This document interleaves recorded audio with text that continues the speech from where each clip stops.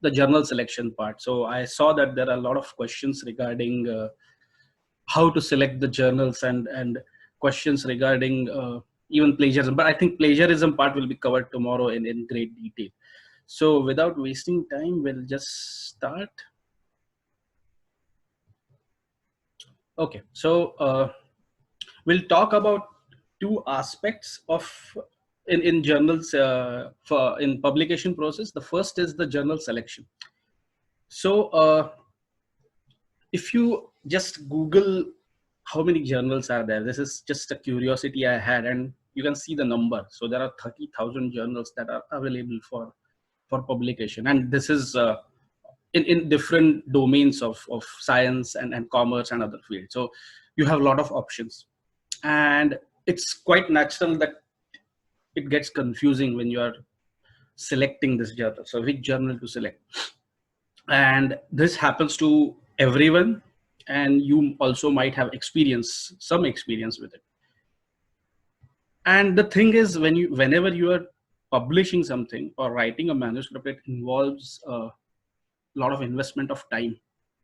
So you have to be sure that you select the correct set of journals. I won't say the best or one journal, but a correct set of journals that you can then try to get your paper published in.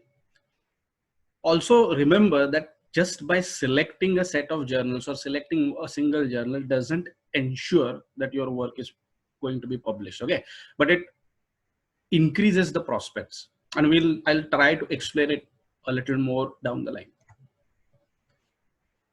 So the best way to select a journal is to look at something called the aims and scopes of the journal. So they provide, most of the reputed journals, I would say most all the journals, reputed journals, provide something called as either aims and scopes or information for authors. So you visit their website and you'll always find either of these two sections for all the journals. And they clearly tell you what kind of research they accept. And that makes our life a lot better. So suppose you are interested in publishing specific to your field. So suppose you are working in botany, so taxonomy and a botany. So you have a certain set of journals which specifically are for that purpose. And aims and scopes always helps you to understand what type of research the journal is going to consider. Now, some of these journals have a very wide scope. And when I say scope, it means they publish information not just restricted to life sciences, but they also publish different types of or different domains of science. So you must have heard of this journal called PNAS. It's a very reputed journal.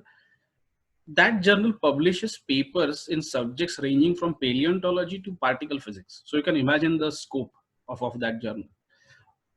But on the other hand, so a journal like Phytotaxa will only specifically publish articles related to the taxonomy of plants.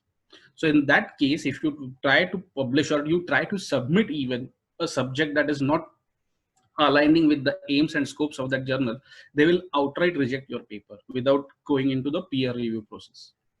Okay, so basically choosing the right journal with the right scope saves researchers time and efforts, lot of time and efforts.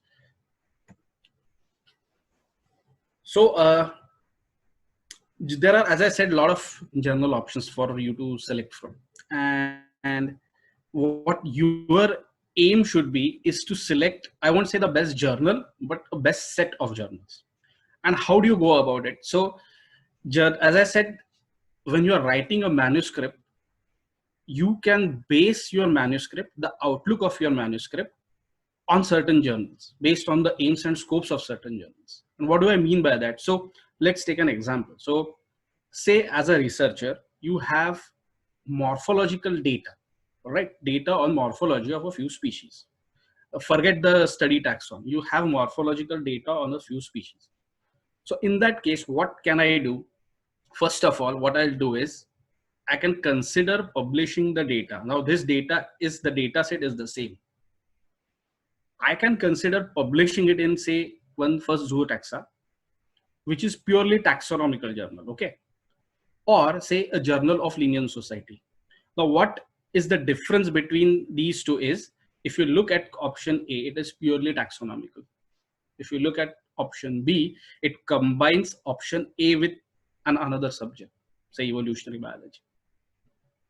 Or option C, which is purely a journal for morphology, but with the addition of evolutionary biology. So based on the aims and scopes of the journal, you can look at your data and you can try to frame your paper based on the aims and scopes. All right. This is a little tricky because it's not very easy to change the outlook, simply because say you are doing your PhD, you already have your aims and objectives. So modifying them might not be the best practice always. But if you have that option that you can select, you can have the choice of selecting the journal, then this is one way to go about it. So just changing the outlook. So if I want to publish in Zootaxa, I won't invest time in writing the paper on the lines of evolutionary biology. I'll keep it purely taxonomical, purely taxonomical. But suppose I want to combine this with, say, evolutionary aspects of the data set that I have, then I'll start thinking about the journals which combine these two aspects. So are you getting it? If as I said, if there is confusion, we'll clear it a little later. But the take home message here is that based on the aims and scopes of the journal, you can change or modify your outlook of the paper slightly. So it shouldn't happen that you're modifying the manuscript so much that rather than the morphological data, now you're talking about something totally different. That should not happen. Your emphasis has to be on the morphology, but you modify the outlook a slight bit. Okay. Now, there is something called as a journal master list. So there is this company called Clarivate Analytics, and it always publishes or updates. Now they have an online database. So they have a database where they have indexed, and Dr. Ivan, I think, is going to talk about indexing and everything tomorrow. But for now, what you should understand is there is a list of journals available online, and in that online database, you can search for that journal. So say you have come across a set of names of journals, say 5 different names, and you want to check if it's indexed or not. Clarivate Analytics is the best database available where you can check if the journal is indexed or not. And we'll talk about the importance of this indexing a little later, because this is very important when it comes to selecting good journal versus a predatory journal. Okay. So this, as I said, is a very good online database where you can select or where you can search for the journals of your choice. So be it journals in biodiversity, be it in medical sciences, be it in engineering sciences, all these journals are indexed in this list. And you can Google it's just Master Journal List, Clarivate Analytics. And the first hit that you will get is the link that I have pasted. And it's a good practice that you search for this, any journal that you are intending to publish in, you first research about the journal rather than blindly going on someone else's advice. This is a very good practice. Just search for the journal and check whether it's indexed in Clarivate Analytics Master Journal List or not. It's always a good practice.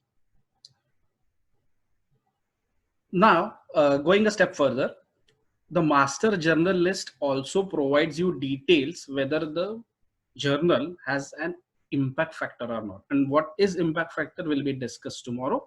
But for now, all you have to know is that this journal list also provides you the detail about whether the journal has an impact factor. So if the journal has an impact factor, it will be shown what's the latest impact factor. If it's not, you won't see any details. So this, again, as I said, it's a very good practice that you actually research the journal also. So it shouldn't be that the research is restricted to your experiments. You should always research the journal also, or the journals that you are interested in publishing. Also, please note that not all journals have impact factor. nor it is any measure of selecting a good journal. All right. Impact factor is a abused concept that unfortunately has seeped into all domains of life sciences. And what I mean by that is, suppose you publish in an impact factor of 10 and you publish in impact factor of 1. Just because the impact factor is 1 does not mean that the quality of that manuscript is substandard. Always remember that. Impact factor has nothing to do with the quality of the manuscript. One more concept is something called as open access. So what happens is, many journal publication houses, what they do is they don't take any publication fee. Okay, so you can submit it freely, they publish it also freely, but that particular publication then is not accessible to everyone. So suppose you have published a paper in any publication houses, like say Springer. So you publish a paper in Springer. I want to access that paper. If I do not pay a publication fee to get it something called as open access, I am not able to access the complete paper. All right. So basically, you as a researcher pay a fee so that this paper becomes open to everyone. And that is some optional in many journals. So they won't force you to pay that fee so that it becomes open access. Many journals give you the option whether you want the paper to be open access or not. Okay. Second type of journals are open access by default. So if you want to publish, you have to pay a fee so that it becomes open access. And the best example here is PLOS ONE. So you want to publish in PLOS ONE, you always have to pay a fee. But when you pay the fee and if your paper is published, anyone can access the complete full paper. Okay. Now, there are a few journals who don't charge money for this process also. So everything is free. So you publish it freely, it becomes open access by default. So there is no fee involved. And the best example here is Current Science. So if you have published in Current Science, you will get to know what I'm trying to say. So you don't pay any fee for getting it open access. But most of the publication houses, common publication houses like Springer, Wiley, Elsevier, have that option where the publication process is not paid, but converting your manuscript to open access is paid. So you have that option. Okay. Now, this is something that I think we should spend a little time on. This is called, these journals are called predatory journals. So, and you should be, as a researcher, very careful of publishing in such journals. So this is a definition quoting from one of the websites that I found. So what do predatory journals do? They take advantage of authors by asking them to publish without providing a peer review. So you know now what peer review is. All right. So you as a researcher pay money, but the journal does not provide any peer review, nor does it provide any editing service. So you are basically paying money for nothing, and they are extorting money from you. Also, these predatory publishing houses do not follow proper academic standards for publishing.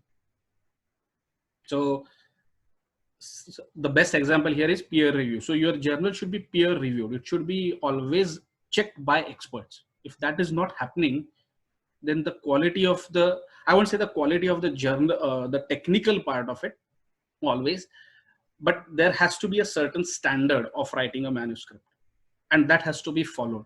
It's an academic standard. So if that is not followed, the quality, overall quality of the manuscript diminishes. And that is the responsibility of the publication house to tell you whether your manuscript is at par or not. So the thing is, as a researcher, you always might not know that whatever you are writing is technically perfect. And that is what a reviewer or an editor will tell you. He'll tell you the shortcomings of your particular manuscript. and he'll try or he'll tell you to improve it. And this has to happen simply because the quality of the manuscript increases. And this is where predatory journals fall short. They don't provide any peer review, nor do they provide any editing service. Okay.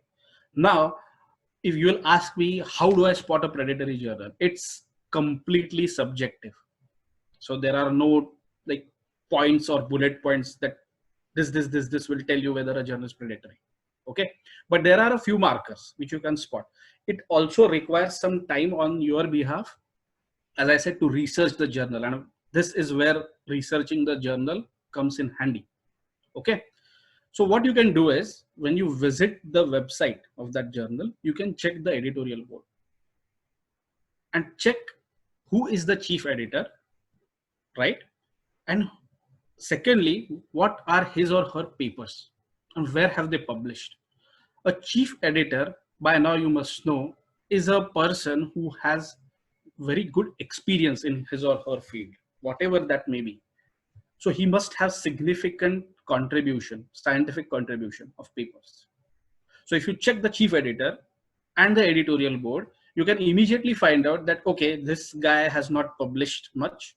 Whatever he has published are not very good, have not been published in very good journals. And that is one measure that you can then say that, okay, this editorial board is not strong. So my paper might not be, the quality of my paper might not be improved that much if I submit to this journal. All right. Secondly, what you can do is you can check how long the review process takes, because some journals claim that they finish the review process in days, and that is means it's total sham. A review process usually takes quite a lot of time, good review process. Because just imagine if you have submitted a paper of say 20 pages, going through those 20 pages, checking line by line whatever you have written, the reviewers cannot finish this in days. And this is, I'm telling this by my experience as a reviewer, you cannot finish this in days. You have to take some more time. And if the journal is saying that they'll accept or reject your paper in 24 hours, it means that journal is a sham. Totally. You have to avoid such journals. Thirdly, whether they tell you the publication charges properly. Whatever they are going to charge, do they tell you what's the charge properly? Because what happens is sometimes there are hidden charges involved. So they won't tell you that they are going to charge you for something until the time that your say manuscript is accepted, and now they'll say in order for it to get published, you'll have to pay fees. So that never happens with good journals. They'll tell you this is the price, you will have to pay this much price for your journal to get published, paper to get published. All right. The fourth point is, and I have not put it here, is you can then immediately check the journal name in the master journal list. If it is not indexed there, that is a red sort of signal or a warning that that paper or the journal might not be a good journal. So going by these 4 points, you can make a consensus that that particular publication house or journal might not be that good. Okay. And then you can search for other options. So these are some of the points that you can check for. And as I said, spend some time researching the journal also. Simply because you have invested a lot of time as a researcher writing the manuscript. So designing the experiment, conducting the experiment, writing the manuscript. So you have spent so much time. And if you don't publish it in a proper journal, all that effort might go to waste.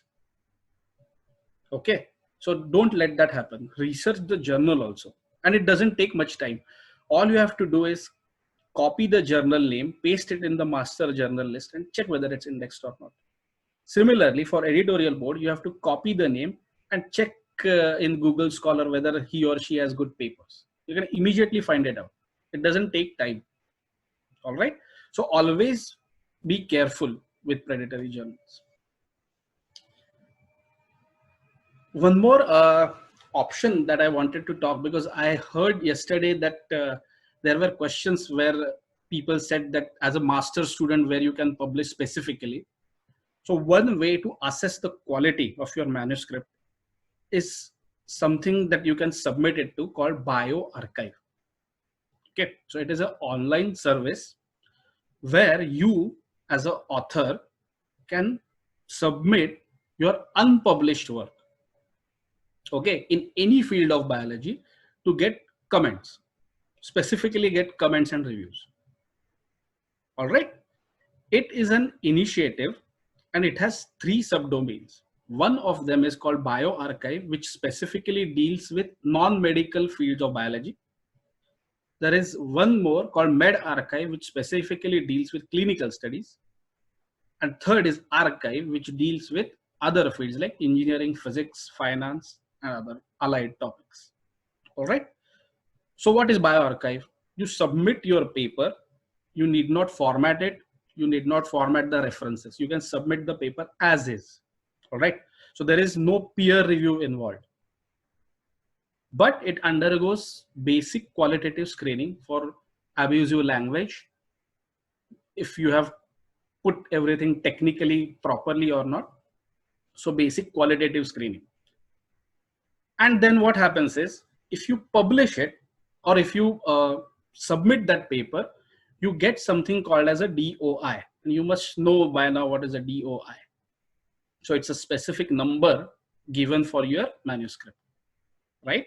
And then that becomes accessible to all the researchers in your field who can give comments on your manuscript. So if you have any specific shortcoming in your manuscript, if you can work on something, if you can add any experiments which will improve the quality, so that you can do that by publishing it in, submitting it in bioRxiv.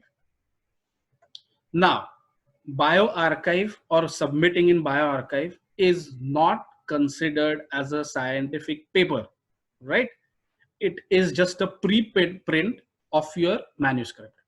It does not represent a scientific paper. You cannot say that you have published papers in bioRxiv. You just submit a manuscript on which you want comments. All right.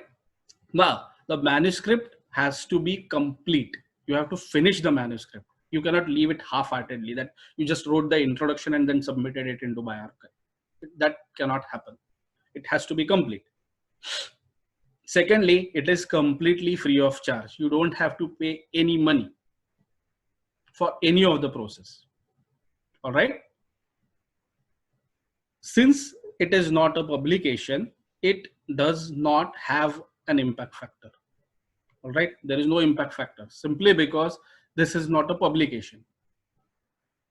Now, even if you submit your manuscript to bioRxiv, most of the good journals accept this manuscript also, that you have submitted it to bioRxiv. Because what happens is, and this is something I don't know if has been covered, but you cannot submit a manuscript to multiple journals. I think I am going to talk about it tomorrow in detail, but you cannot have the same paper in multiple journals. All right. But with respect to bioRxiv, since it's not a paper, you can submit it in bioRxiv. All right. Get the comments, improve your manuscript, and then submit it to a research article. You can do that. It's allowed. Most of the good journals allow it. And if you just search bioRxiv or archive, you'll see that many good laboratories are now submitting their papers to bioRxiv, simply because this is read by everyone, all the experts, and any expert can give you suggestions how to improve your manuscript, and your manuscript actually can improve by leaps and bounds if you incorporate the suggestions. So try it out and just search for bioRxiv and you'll find all the information that you need. Is this clear? Should I continue or do you want me to